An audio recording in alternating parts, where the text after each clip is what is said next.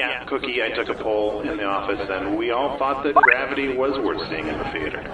Okay, agree to disagree. I thought it was way better on my iPod Shuffle. Can someone please mop up that melted bronze? Someone's gonna step in that. So then she's like, don't give me the office birthday card if there's nowhere left to sign it. She's like, where am I supposed to sign it? On the back?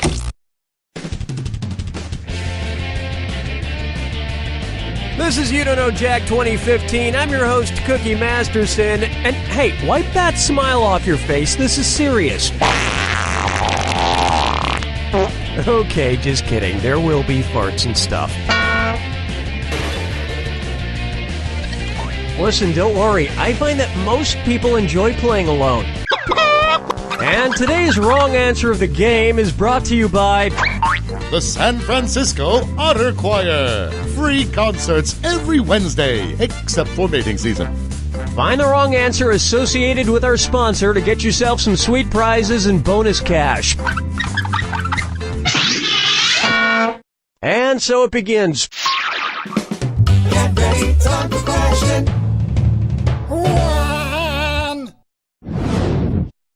Let's start with Bootyful. Let's analyze one of Kim Kardashian's body parts. About what percentage of Kim Kardashian's brain is just made up of water? 10%, 40%, 80%, or 100%?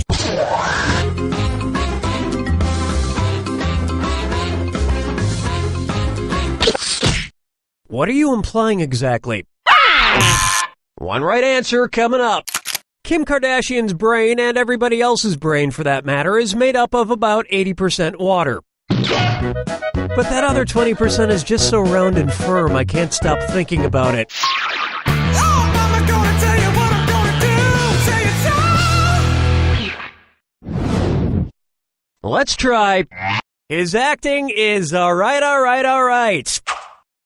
So, you know how they called Matthew McConaughey's resurgence as an actor his McConaissance? Well, if Matthew McConaughey is currently experiencing a McConaissance, then what period of his life just ended? The McCona Dark Ages, the McCona Industrial Age, the McCona Middle Ages, or the McCona Enlightenment Age?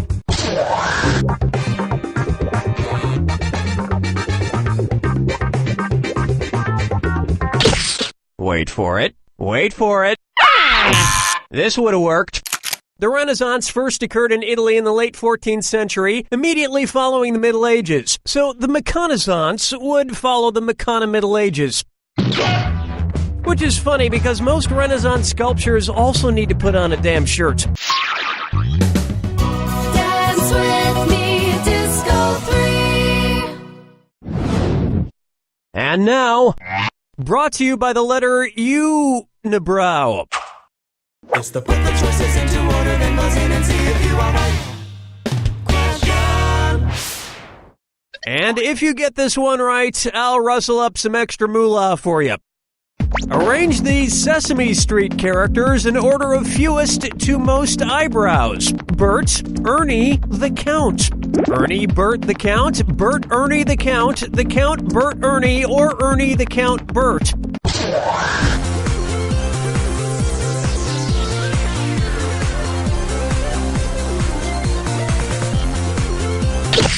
The Count would be so disappointed. Smart people choose this. Ernie has no eyebrows at all, Bert has one long single eyebrow, and the Count has two eyebrows!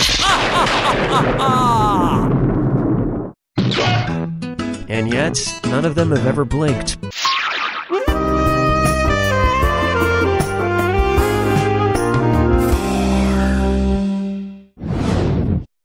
Why not try Duck, Duck, Swan? Say the cast of Duck Dynasty attends a performance of Swan Lake and thinks there are real waterfowl on stage. In their confusion, which character would they most likely shoot? Siegfried, Benno, Von Rothbart, or Odette?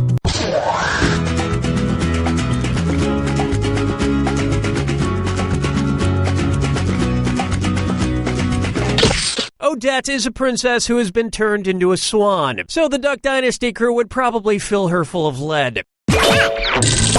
Especially if they find out she once fooled around with a lady swan in college.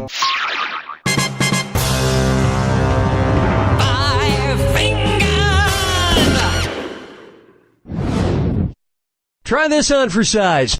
The man in the backwards yellow hat. And it's a DisOrDat.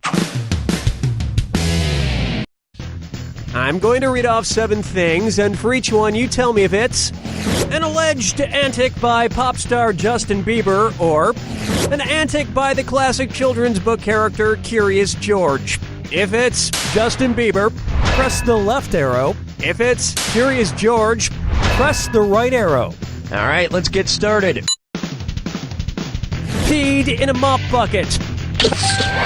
Broke his leg falling from a fire escape. Arrested for falsely reporting a fire. Egged a house.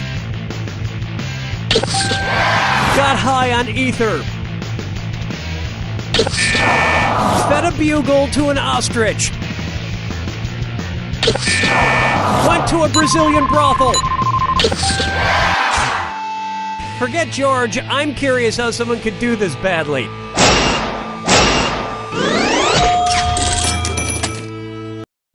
I think we can all agree that it's time for that little bastard to get deported. And then it's your turn, Bieber.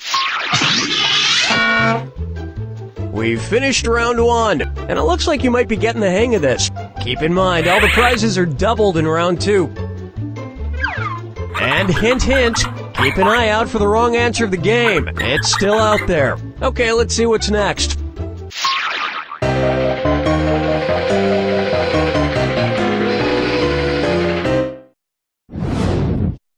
Open wide for Dumber and Dumberer 2. So there's Dumb and Dumber, and then there was Dumb and Dumberer, and then Dumb and Dumber 2. Makes perfect sense. Now, going back a few decades, there was The Odd Couple and The Odd Couple 2. So, if another remake of The Odd Couple used the superlative adjective, it would be called The Blank Couple. Odd, odder, oddest, or odderest.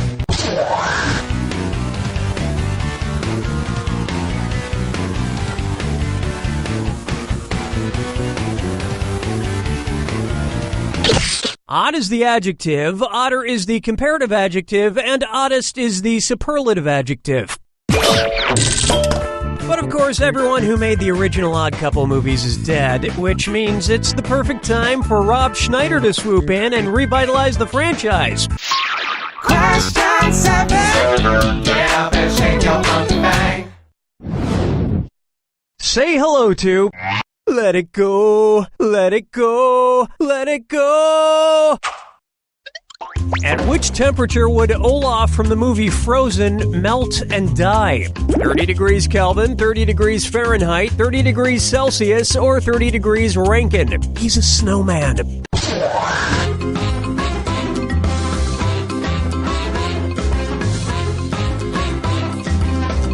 Watch your clock.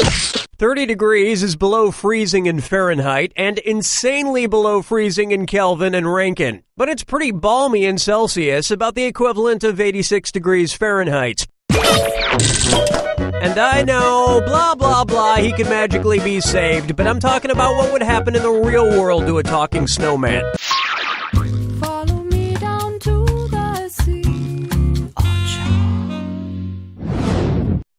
May I introduce Kangaroo, Peanut, Albert Einstein, or Uranus? Kangaroo, Peanut, Albert Einstein, or Uranus. First spotted in 1879. Kangaroo, Peanuts, Albert Einstein, or Uranus?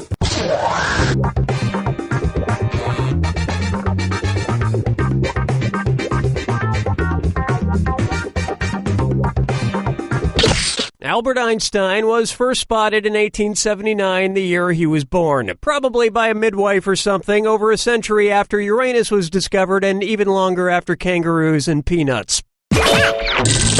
I've heard baby Einstein cried a lot because he left behind some important equations on the uterine wall.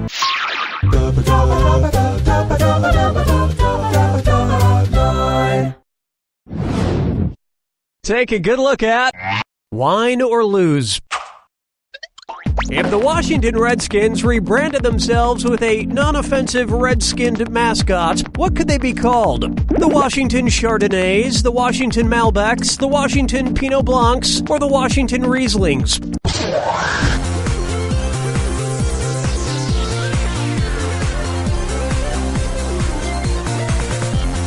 Time's a-wasting. Chardonnays, Pinot Blancs, and Rieslings are all white-skinned grapes, but the Malbec grape is red. Although to a connoisseur like myself, Malbec is very offensive. Oh yes, I do say that was quite a burn.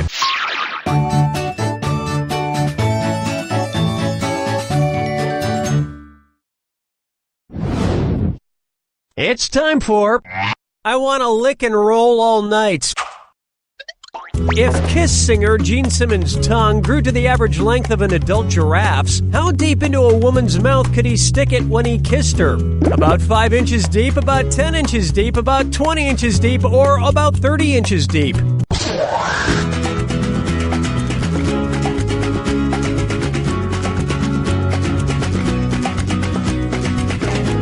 Watch the time! I think at that point it would practically be coming out the other end. Ready for this? An adult giraffe's tongue is on average about 18 to 20 inches long. So that's about how deep into a woman's mouth a giraffe-tongued Gene Simmons could stick it. And if Gene Simmons' neck grew to the length of an adult giraffe's, he may not even need women anymore.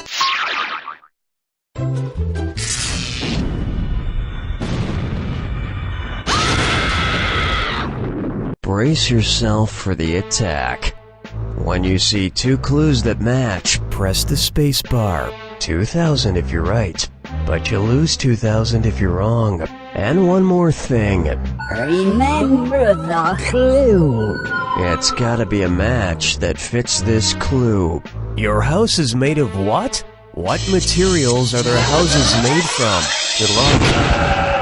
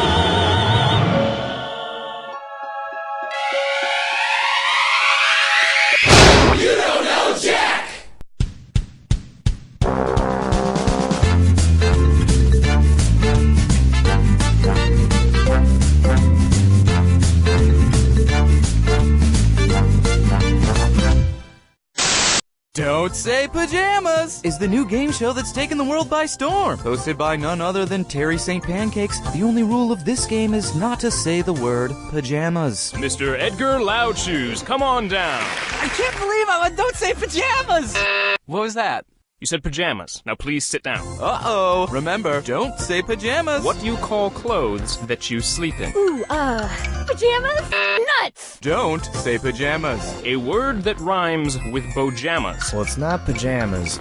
poop. Literally all you have to do to win is not say pajamas. Remember, in the final round, you are still not allowed to say pajamas. Then I'm gonna go with my gut and say pajamas. Fudge Pug! Catch all the action here on Don't Say Pajamas!